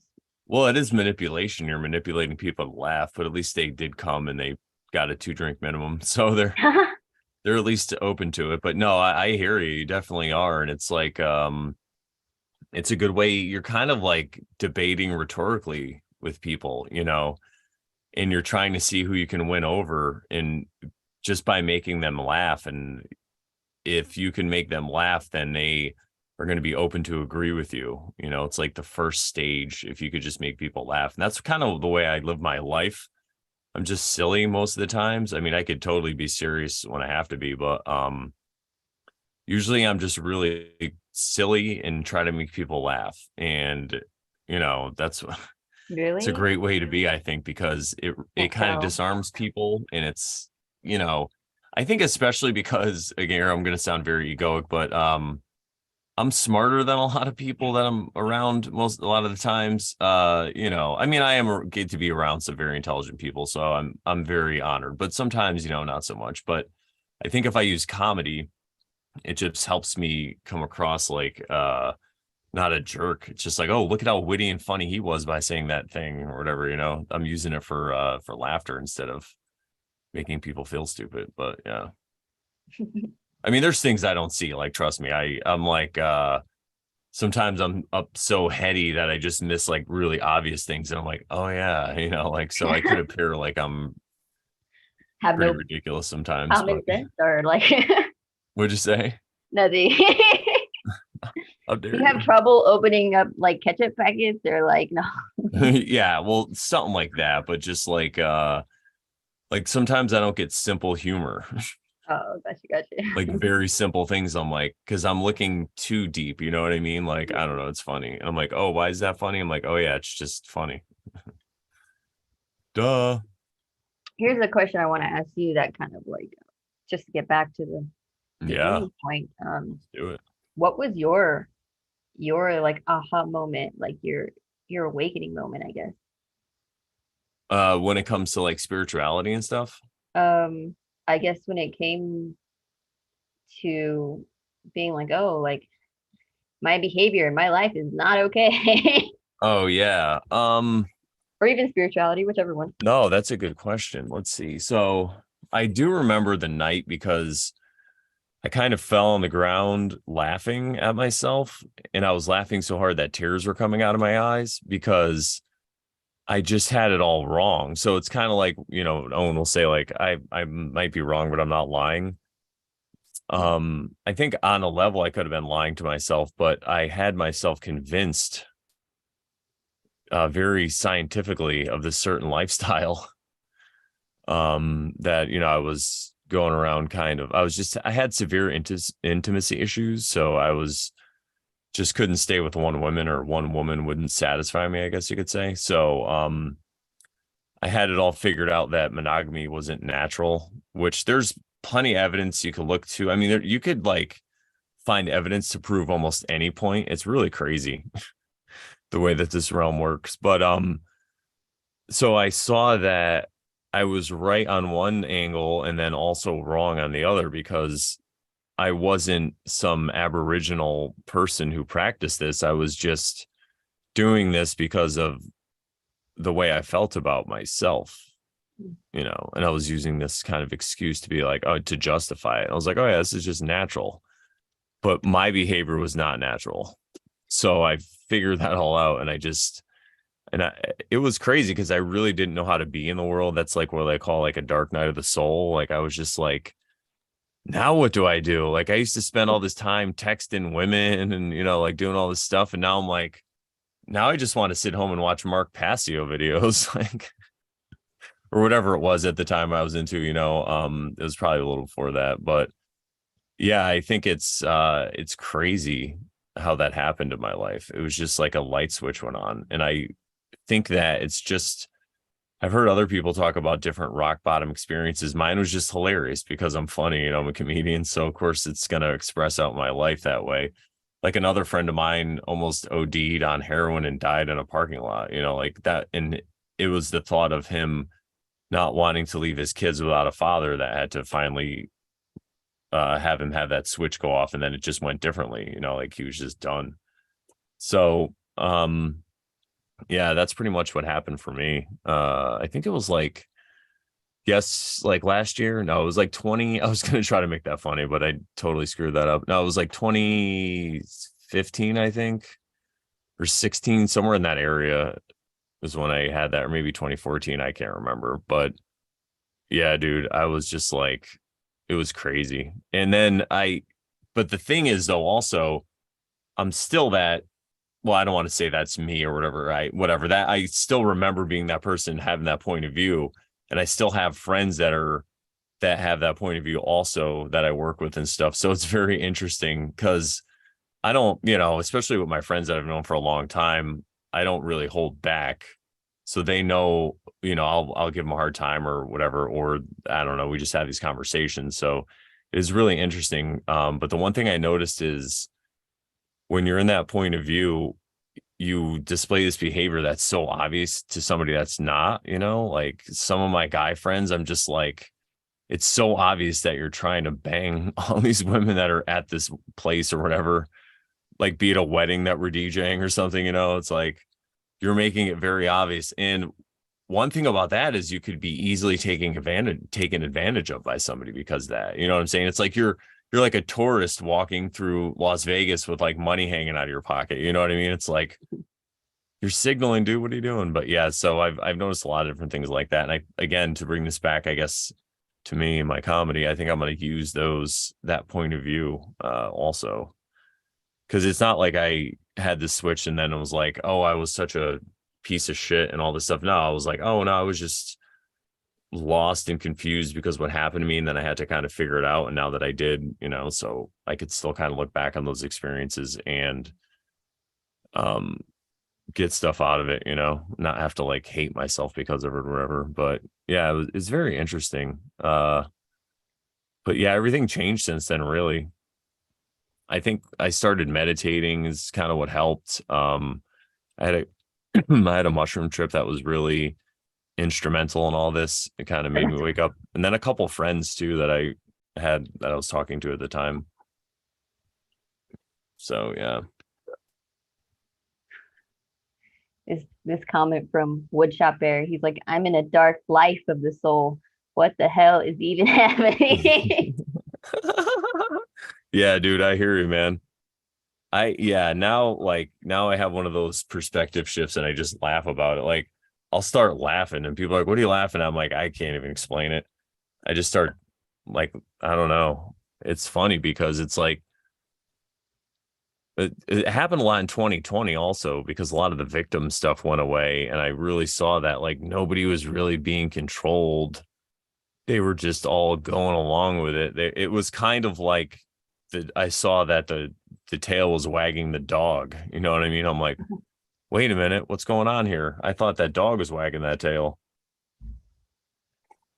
No, I literally when all of that stuff was happening, I was in I was here in California, and I just in my head I was like this is retarded. Like I don't want to like walk around like that. I just don't. Like part of it I was like this blue ass mask doesn't even match my outfit. I don't want to wear it. Other reasons obviously, but and I just kind of, people would just like stare at me and they'd be like, "What are you doing? Put your mask on." I'm like, "Oh, I'm all right. Like, it's all right." I'd walk into a shopping store and they'd be like, "Would you like?" I was like, "Oh no, I'm okay, thank you." Like, so, but I was just going around in this reality where like everything was fine and everybody else was like freaked out, and I'm just like, that's so interesting to like to see like how like if you're just kind of nonchalant, like the world isn't as heavy as you think it is. All these people walking around like, everybody's gonna die. And How dare you? Yeah, we're already all dead. Like this could be a dream we're having seconds before we actually die. This could be a recall that you're having right now, lady, and you're covering your face. Come on. that's don't say Yeah. that. That's an interesting thought. Don't say that. I like that I'm part of this reality right now. Thank you very much. Yeah. Sorry, I didn't even woke rape you. No. That's such a harsh term. Yeah, yeah, I know it is. Trust me. I didn't mean That's to woke molest you. Sorry. I didn't mean to woke I'm not even gonna say it. Okay. I thought, well, the thing is, if I forgot the word or else I would have said it, but once I remembered it, the time passed and I'm like, that's gonna go over poorly. Oh man. So it's not like I censored myself. I just had a brain fart. But yeah, something I was gonna say, you were talking. Oh yeah, going back. So you know what it is, I think, because this was a premise that I'm gonna try to work on too on stage somehow about wearing a mask. And it's like, it's because I'm might be a little crazy. Like you might not want me to wear a mask because I talk about being in the Marine Corps boot camp and how you have this one word that's your mantra. You always say it. Like they'll give you a command. They'll give like 75 guys a command, like go get this, and everyone's like, and they yell this word and then they go do it. It's like this mantra you repeat over and over and again. You're in this dark place away from everyone you've ever known for like 3 months. You just repeat this word over and over. And then I'm gonna be like, you know what the word is? It's kill. Kill. I'm like, all right, you want me to put a mask on now? Let's do it. You know what I mean? Like, I'm trying to do you a favor. And I think that's what it is because some people have a little bit of crazy inside them and they realize it and they just don't go along with shit like that. Like that's why I was never afraid to go somewhere where everybody had a mask on and I was the only one that didn't, because I know that the true crazy person wouldn't put a mask on. And if they did, like I don't mean like a psychopath. I'm like a serial killer. I mean like a crazy person, like you and me, we're crazy. Or, just people like that. And if they did, they're the kind of people that are just like gonna Bruce Banner and like put the mask on and just stay away because they don't want their anger to be awoken because they know what can happen. You know what I mean? Like, so that's why I was never afraid. Even if I was challenged and some guy came up to me and I'm like, this guy, like, get out of here, dude. But yeah, I think that's what it was. The common bond was we're all a little crazy. And all that means is we just don't fit in with, we just can't keep our mouths shut and go along with things, And some people would say, oh, you're crazy, but whatever. I wear it like a badge of honor, I guess. Not to self-deprecate or whatever, but I think it's a funny term. But yeah, I think that's probably why people like us and the Bears and all these people just didn't go along with it, because we're just like, there's only so much bullshit. You get to a point and you're like, you have to draw a line in the sand. And it's like, guys, if there was an ounce or a shred of evidence that it's going to help, maybe. But the fact that it doesn't, it's like, it's doubly silly. And the fact that it's could be harmful, which it probably is, like, it's so funny. it's an interesting reality. I haven't been sick in like years. I think it's been like a good solid 6 years now since I've been sick. And people are like, you do realize that you could possibly be spreading it. And I'm like, I'm doing fine. Like I actually feel really great. That's probably like the best I've felt in like years, like it's been 6 years. It's been a long time since I've actually been sick. So I don't think that that's like maybe it's a probability, possibly. I don't know, but I don't think that I wouldn't think that, unless you. No, I think it, if anything, if there's any, because you look into the whole germ theory versus terrain theory, but if there's any evidence that one person could get another sick, I think it's just by feeling and emotion and like all that stuff. I think even by convincing somebody that Mm, you're gonna do it or whatever. And I haven't really. That's what I've been telling people. I haven't been sick, and it's funny because in the winter a little bit, a couple days of the year, I'll be like a little out of it, but then I'll be fine. And then I felt it. I woke up yesterday morning and I had like some phlegm and all this stuff, and I was kind of like dry and stuffy. And I'm like, you know what? I'm not going to get sick. I'm like, I'm just going to go to the woods all day. So I spent the better part of yesterday and part of the night in the woods. And I woke up today and I feel great. My voice is just like a little scratchy, but that's mostly because I'm DJing and all that stuff, and then doing this lovely show. So after a while, when the weather changes, it does affect a little bit. But yeah, it's hilarious, dude. Because that's what I told myself. I'm like, and oh, shout out to Grounded Extracts. I took some of his elderberry syrup too. But I just said to myself, I'm going to go to the woods and the woods is going to heal me. And the whole time I was there, I was breathing mostly through my nose. I've learned all these techniques and I'm just sucking in the awesome air and the energy or whatever was there. And it was quite amazing. It actually got like very humid at night and rained a little bit on and off. So it felt like a cold summer night instead of a winter or whatever. So it was nice. It was like, camp out there? no, but I was out there till like a 10 or 11. I was out there pretty late. I should have camped out there, but there was threat of rain and I didn't have camping You're gear. like the man in the woods that people like are scared of like they're scared of finding somebody like you in the woods. Yeah, it's The tall hilarious. bearded man like in the middle of the woods at 10 o'clock at night. Yeah, that's what I said to my friend I was with. I was like, I was just here a few months ago. Is that the same? Because I went to two different spots, and one of the spots I went to yesterday, you can hike out there, and it's not even that long of a hike, and then you're on. It's a Connecticut mountain, but it's nice. And there's other Connecticut mountains around it. So I'm not trying to be like, it's still pretty, it's still really beautiful. There's a highway that goes through it. And so it's a good place to go see the moon or sunset. So I went up there in the summer with a friend of mine, and her daughter and her daughter's friend. And this is like, I went to high school with her. I've been like hanging out with this one of my good friends for like a really long time. We've been hiking. So she always hits me up randomly. And so we went out there, and then on the way back, it was dark. And her daughter is like, I want to say 12 or 11. And they were getting freaked out and scared. And they're like, aren't you scared? And I'm like, I'm the scariest thing in these woods. I might have a gun on me. You know what I mean? Like, I'm fucking crazy. They put me in a place for 3 months and told me to kill. No, I'm just kidding. The girl's like, all right. I'm like, don't worry, we're fine. I was like, we're fine. I don't think I mean, there might have been a bear, like a black bear, but they usually just run away. Woodshop Bear says Grounded Extracts picks his elderberry straight from the Garden of Eden, allegedly. I don't know if we can make this claim. Yeah, we'll make it. It's fine. It's an allegory. But yeah, so I was saying that, and it was really awesome though, because when you get up to a certain part of this Connecticut mountain, the trees are really low because you're up so high or whatever. So it's like you're right in the sky. It's really cool. It sounds But cool. yeah, I feel It's been a great. while since I've been out in nature. Kind of sucks. I'm in the suburbs right now. Suburbia with no car. Well, I mean, nature is nature. I sit outside in the In the suburbs grass. also. The Yeah. scratchy ass grass. Yeah. I mean, there's got to be some trees around you, right? No, you're right. You're absolutely right. Yeah. Those No, you're trees right. need you more than ever. Just go up and hug trees. I should just go hug my neighbor's trees. They have pretty nice trees. Yeah, that'd be hilarious. Just It's find me funny in the because middle of the night. yeah. It's funny because when people see you do it, they're like, "Oh wait, is he a hippie?" I'm like, "No, I'm a heathen, not a hippie." I'm a heathen. Yeah, that's a joke I'm working on. I'm gonna be like, "I'm a heathen, not a hippie." I'm like, "What's the difference?"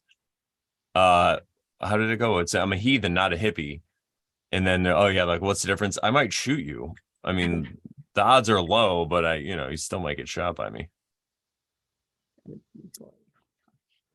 Exactly what Brandon didn't know was there was an annual meeting of Sasquatches, Squatches, and werewolves just around the bend.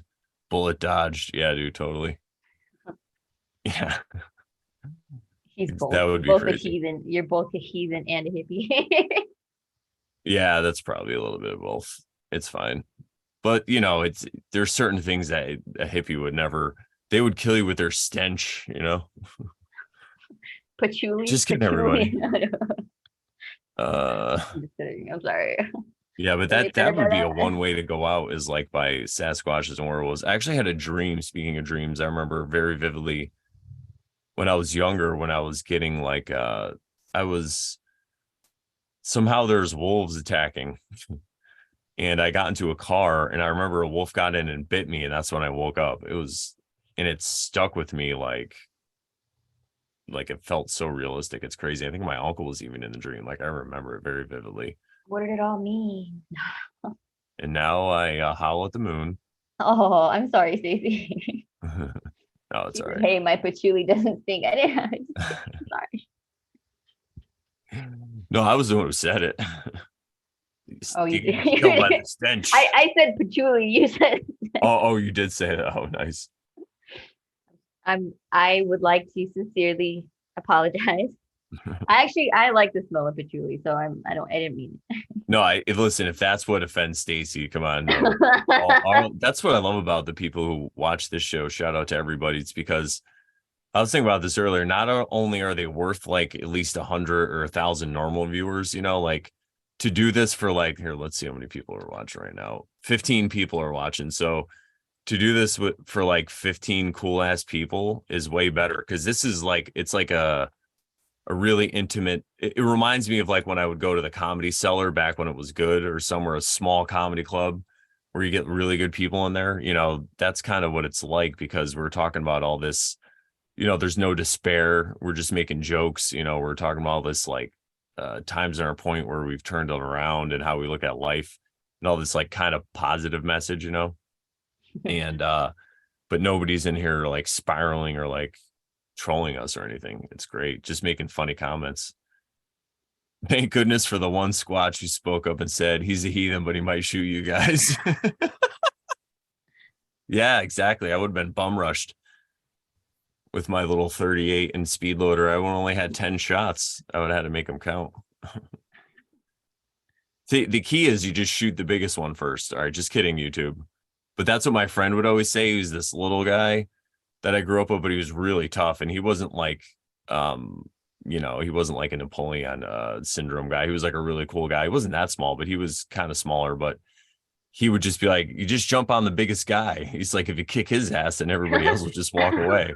I'm like, you're crazy, dude. I'm hanging out with you. Yeah. Can you believe I've never been in a fight in my life? Oh, Not that's once. awesome. I don't know. I don't know why. I don't like. I've kind of always wanted to experience it, but it's just never. It's never happened for me. I've never been in like a real direct fight. So one time I got sucker punched in the face, and then before I knew it happened, like me and my friend were walking. I think I was like, I was just about to be a junior, I think, or a sophomore or something. I can't remember, but we were walking to the store and this car stopped and these two dudes got out. My friend kind of knew him and he was drunk and he was like talking to him and then he just like punched me. And it was the crazy friend that I was with. And then I was like, what the fuck, dude? Because I'm not like a violent person, but I have a crazy temper and I'm big, and I'll rip your eyes out. No. So I was like, dude. And my friend grabs me and he points to the car and it was like, one of these clown cars where all these people were getting out of the car. So we're like, all right, let's go. But so that happened to me. And then in the Marines, I did some boxing. That was crazy because they did it by weight class. And since I'm taller, I got stuck with this guy that wasn't as tall, but he was, it was fun. So I know what it's like to get punched really good. And then a couple other times, I remember this one really funny time where we were coming home from the clubs. We used to go to New Haven, and we were probably all drinking allegedly. But my friend, this is the funny thing, because my friend doesn't drink at all, and he would just come hang out with us, and he was the one who was driving. And this other car was messing with us, so we just pulled over, and he pulled over. He wasn't even drunk. He's like, "We're gonna kick these dudes' asses." I was like, "All right." So we get into this like scrap on the side of the road, and one guy has like, I don't know, it was like a sock or something full of like quarters or bolts, and he was trying to hit people with it. But nobody wanted to square up with me. It was like 3-on-3, but every time I'd go, like the dude to like they would run away. And it's not, I'm just tall. It's not like, maybe there was like a werewolf behind me or something, or they just saw that I was crazy. I don't know what it was. I just kind of got some dude off my friend, but then they just ran away. It was so funny. And this reminds me too, I don't think I've ever told this story, but I stole a car one time. This is hilarious. It's admission So of we were in that same New Haven town where Yale is. There's a bunch of clubs and stuff. So there was this church we used to park at.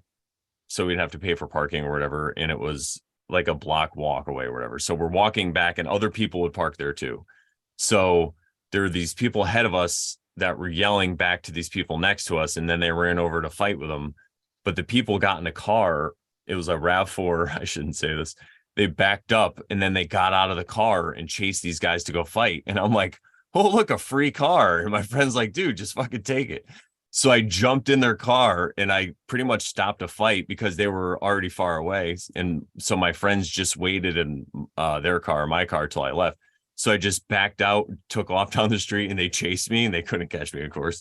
And I just took a right, and I went 2 lights down, and I just left it there running.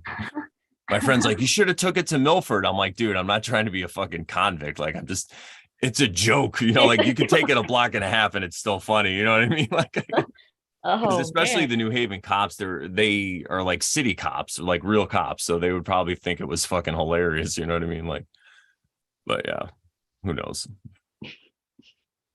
So I stole a car, kind of, totally. I admit it. It was Grand me. Theft Auto. Oh man. See, That's my car story. it's really interesting seeing your perspective, because I think a lot of people have a really serious perspective about life. And I think most people wouldn't publicly be like, "I stole a car." Like, it was really funny. Yeah, guess what? And I don't know, this reality is really fun. Like, I just have a lot of fun in this reality. I think it's great. Well, I think it might have just started as a defense mechanism for me, because when I was young, I was really smart, but I would always try to find the comedy and humor in things. Yeah. And then as my aperture kind of opened to this whole world, I just applied it to that. And now I'm just like, fucking everything's hilarious almost. Like, yeah, it's sad and bad things happen, and I'll be the first one to stand up and stop a crime from happening or whatever like that's happening in front of me. But there are things that are happening in the world allegedly, and I can't let that affect me. It could be funny from a certain point of view, like. And then when I joke about death, I always tell people, trust me, you could joke about my death because it's probably going to be hilarious. If I know anything about my life, like, it's going to be like, I don't know. You're gonna die like Elvis. It's fucking shit. Oh my God, that's the second time that came up today. That's what a synchronicity. That's funny. No, I mean, like, I'm trying to think of something funny. I'll think of something funny, but it'll be like hilarious. It'd be funny if it was like a really little toilet. That would be funny. It was a little toilet. Yeah, that's funny. I was talking with some friends earlier, and somebody brought that up, and one of them didn't, because like in these circles, some people have no idea. They're like, "I didn't even know that's how Elvis died. Thank you for telling me, though." Like you've never seen I think it was Dennis Leary or somebody had a comedy skit about Elvis dying. I don't know. I used to watch a lot of stand-up when I was younger, like from the 80s on. I forget. Sometimes I forget how old you are. I'm like, who are these people? Yeah, like Jeff Dunham since like the late 80s. I've been watching that, the puppet guy. Yeah. Not He's that been I've been like around a that big long? fan of him. Yeah, and yeah, that's what blew my mind. It's not like I was a big fan of him that whole time, but I remember seeing him back then. Yeah, yeah. some of these people have been around a very long time. It's crazy. I feel really bad for Bill Cosby. We could talk about that if you want. I think he was totally fucking bamboozled. He was bamboozled. Yeah, I think, listen, all Literally, the hear me stuff that out. they Hear me say, out. if it's in the mainstream, it's probably a lie. And from like the digging that I've done into it, maybe he's not like an honorable guy. I'm sure he's still like a dirtbag, but I don't think he was taking advantage of people. I'll just say it that way. In a way that they weren't realizing. I don't think he was like drugging women and like having sex with them while they were sleeping against it. Like I think all the women that he was with were consensual, knew what was going on. Like let's just say that. And then also the way he got thrown in jail, I know was a total travesty. He was just taken down there for some like deposition or something, and they basically just I can't remember the exact story, but I was following Monica Perez at the time. She's a libertarian radio person, and she looked deep into this stuff. And she's like, they had no right to throw him in jail. She's like, I'm not a fan of him, but come on, you can't just do this. Like, they basically had this like monkey court, excuse the pun. You're the one who's racist. You thought it, not you, but the people. And they just kangaroo court. That's the one. And they just like threw him in jail or something. It was crazy. But anywho, I always used to watch his comedy when I was younger because he had stand up that was pretty funny. I'm Jesus Christ. Sorry. For those who know, you know what I'm talking about. Stacy said she's like everyone wanted to sleep with Fat Albert, right? What? Oh, let me tell you, that guy was probably killing it in the 70s. Are you kidding me? Come on.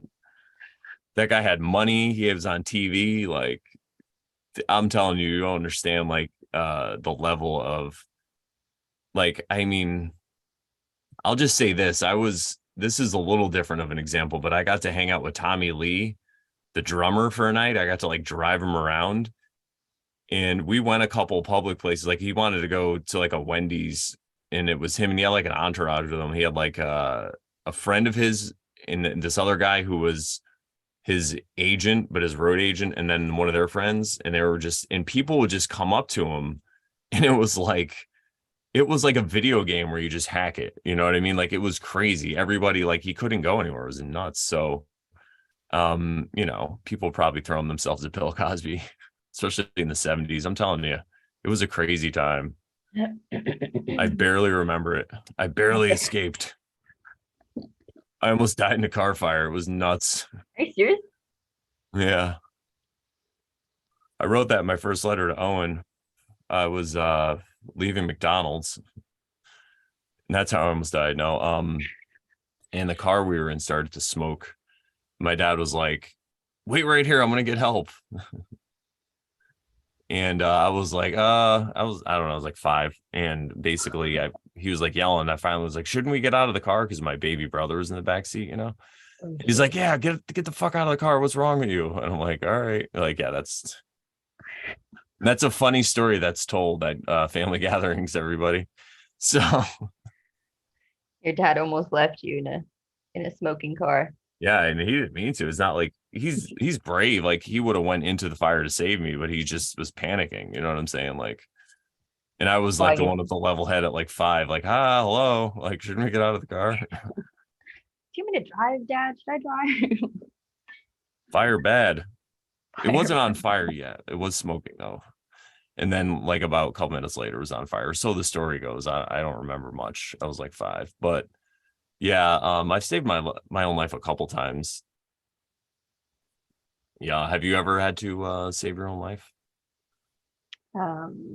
Opposite of that. Somehow I ended up surviving. You saved somebody else's life? No, the opposite of trying to save your own life. Oh, oh. Yeah, I mean, if you think about it, some of the situations it could have been like I mean, I definitely was like, so I wasn't suicidal, but I used to ride a motorcycle like 200 miles an hour, you know what I mean? So it just expresses in different ways than some people, like I wasn't a crazy wheelie person. Like I know some people that would just be on the highway and just do wheelies like next to cars, and it was crazy. But yeah. It wasn't a death wish. You just have a need for speed, is what you're saying. I have a need for speed. How dare you? Yeah, it was something like that, but it was totally like adrenaline, like I think it's an adrenaline addiction for shizzle. I mean, I haven't ridden my For shit. motorcycle in a couple of years at least. I still have it though. Oh shizzle. It's my apocalypse escape plan. Apocalypse escape.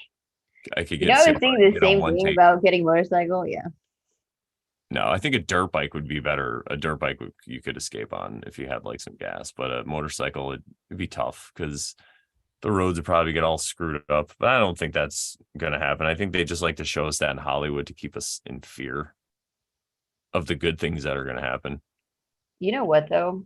Is that I don't I don't think that it wouldn't happen.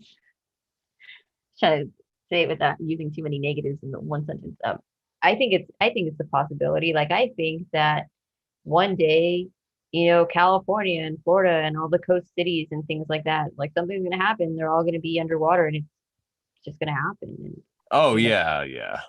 like, there's gonna be a lot of people that are like sick and dying and all of these other things. And because because our cities are so dirty, it's gonna create like these, I don't know what you would call it, but like this different breed of like sickness. And I wouldn't think that, a zombie apocalypse, that probably sounds so silly, but I don't think it's completely out of the question. I don't. Because I mean, think about it. Like, look at mad cow disease. Like, they all started eating each other. They all went crazy because they had cow meat inside their food. So it's like, you know, I mean, what would happen if it happened to humans? We just started eating each other or whatever because we don't have food anymore. All these people on the coast, like they've either died or they have no shelter, no food, no anything. Like, what are you gonna do? Build a fire and fucking eat your best friend? Like, Well, see, I see what you're saying, but I think that that's because, well, you're crazy. No, but it's because you have that instinct that you're gonna do whatever it takes to survive. Where a lot of people are just gonna like, die. you know what I mean? Like, Survival of yeah, the fittest, okay? Survival of the yeah. Some people are gonna like crush and eat their neighbors and whatever, but I think a lot of people are gonna be those eating neighbors. I don't think I could do that though. I would Yeah, no, I'm probably just die. no, I'm just trying to be funny. I think though, yeah, I think you're right. Stuff like that could happen, but the way they portray it in Hollywood, I think is just fake. I think it's I don't know though. I also do believe that if you don't have fear about it and you could figure out a way to stay out of fear, that a way is just provided out for you. It's like Stacy Donner, Party of Eight. That's yeah, it. exactly. Make that seven. I see what you did there. Oh Yeah, man. that's hilarious. Yeah, yeah, who knows? I mean, it could happen. I mean, I think there are some kind of resets to this realm that happen. But again, I think it's a cleansing event, kind of, and I think it's a good thing for people like us, not to be morbid or whatever. But people like us, I think, are going to be drawn to the places where we're going to be fine, and there's going to be other suffering and stuff like that. But we're gonna eat people. It'll be fine. Adrian says, "Good luck eating those spike proteins. You could just cook them out. You just have to cook the meat thoroughly, and it kills all the spike proteins." You heard it here on the Brandon Bonanza show, everybody. Oh my.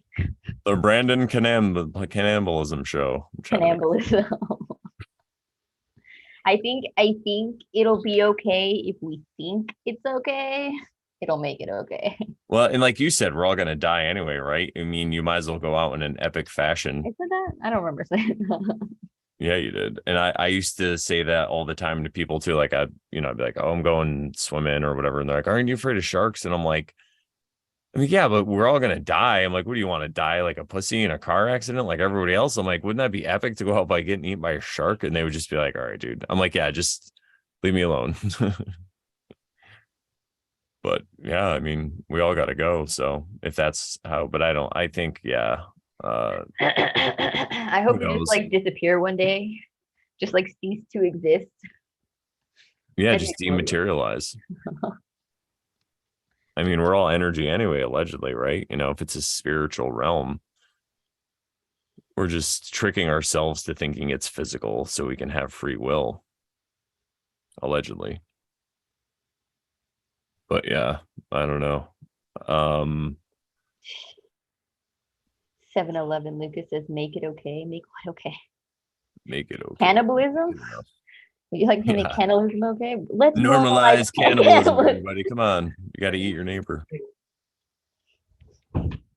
I think there's probably definitely times of severe cannibalism that we don't want to talk about, you know, like it's nuts. But, you know, How did we get down? How did we get down this? How did we get here? I would like to know how we got here right now. somebody asked how you can cook out spike proteins. No. We can start a cooking show for you guys. This is a new cooking show. Brandy Bonanza cooking show. Yeah, how to cook your neighbor. Didn't Alex Jones say that? Like, I will eat my neighbor's ass or something like that. It's so funny. I'm telling you, the humor just writes itself. It really does. But yeah, I think that's more like, oh, we were talking about motorcycles and adrenaline addiction and like escaping apocalypses and all that Zombies, crazy there fun you stuff. go. Yeah. But I think that the whole motorcycle thing is not all the time. It could be fun, but like some people when they're doing crazy wheelies and going really fast and doing all that stuff, it's kind of like the same thing, you know. Because the way I felt, it was kind of like I rode all the time, like during the summer at least. We're always like going riding. It was like my purpose to live is to just go out riding. You know, it's crazy. That's Have you ever before I heard got of into comedy. have you ever heard of spontaneous combustion? Yes, I have. I think you just never know when you're gonna die. And I don't think it's something you should really think about. I think we should just kind of like I don't like I'm not like afraid to die or anything like that, but like one day you could just like your body would just could just decide to set itself on fire and just you're gone. Living a healthy life, doing the things you love, and then one day Listening to too much Busta Rhymes, and then you're just, yeah. Allegedly, could it be? You never know. That's why you got to be careful what you think about, like we were saying earlier. it all comes full circle. All of it. It really does. Yep. Yeah, it really does. Life is just different cycles are playing out in this realm. Well, is there anything else you want to talk about? We've been going for almost 2 hours, so we could probably stick a fork in this. Yeah, I'm pretty hungry actually. So I've been Yeah, thinking my about that. I voice was is like, starting to. I could smell food, and I'm like, I'm so hungry. Well, thank you so much for conquering your fear and coming on the show. I'm very excited about it. I know that you said you were a little nervous, and I was like, oh, you don't got to be nervous. These I people are just great. for like a second because I was like, you're live on the tube. You're immortalizing yourself Oh for yeah, there's on the definitely internet. stuff to be nervous about. I've just done it so many times that I don't, it's just like, plus I mean, I love these people, but I realize that even when you make mistakes, they think it's funny or whatever. If you think you make a mistake or whatever it is, yeah, it's all just that voice in your head, like we were talking about earlier, right? It's about overcoming that voice. Right. I mean, there are some people who are terrible. No, Hey, but you're judging. yeah, yeah. No, but I think that yeah, it's better than not doing it. It helps us express what we feel, just like what you did with that letter that you wrote, and then you made a video out of it and stuff like that. So awesome. Kudos to you. And thank you for coming on. And if people want to find you or follow you, what's the best place for them to do that? The internet. No, I'm kidding. Come to my house. Come to my house. There's this comedian that I work with or used to, but hopefully maybe again, but he had this joke at the end of his set. He'd be like, if you guys want to follow me, you could follow me. He's like, I have a Honda Civic outside. He's like, you just follow me home. It was so funny. I think Instagram would probably be the best at carbon-based light form. Ooh, If you're fancy. Yeah. interested. If you're not interested, you don't gotta follow me. It's totally And I fine. put the link in my in the description of this video. So if you're watching this at a later time, you can go click on that. follow her on Instagram and hopefully look out for some more videos of her with her musings and contemplations. But yes, and you can find more of me at morelawsmoreproblems.com, the website that's about to turn 10 years old. I can't believe, I think time's going faster. I think that's what it is. I really feel like, yeah, so it's speeding up, but hold on. It's going to be a wild and fun ride. And we're going to be here for you on the Brandon Bonanza show, as crazy as it gets, as long as they let us broadcast. But yeah, morelawsmoreproblems.com. Check out the Oversharing show this Thursday night. We have Old Wise Bear. There's like three names that popped in my head. Old Wise Bear, NB Austin Books is going to be on, or we already recorded with him, but we're going to be premiering it. It was a really good conversation. He's awesome. I know if Woodshop's still out there, he knows him. They've done some stuff. They actually done some stuff. Maybe they recorded something. I'm not sure. I should probably know that. But anyway, thank you for watching I was going to say Oversharing show. Thank you for watching the Brandon Bonanza show. I have Brandon too many Bananas. shows. And thank you guys in the chat so much for hanging out. It was awesome. We'll see you guys. Oops, I got to find the button. We'll see you next time. Good night, everybody. Bye, guys. All right. We're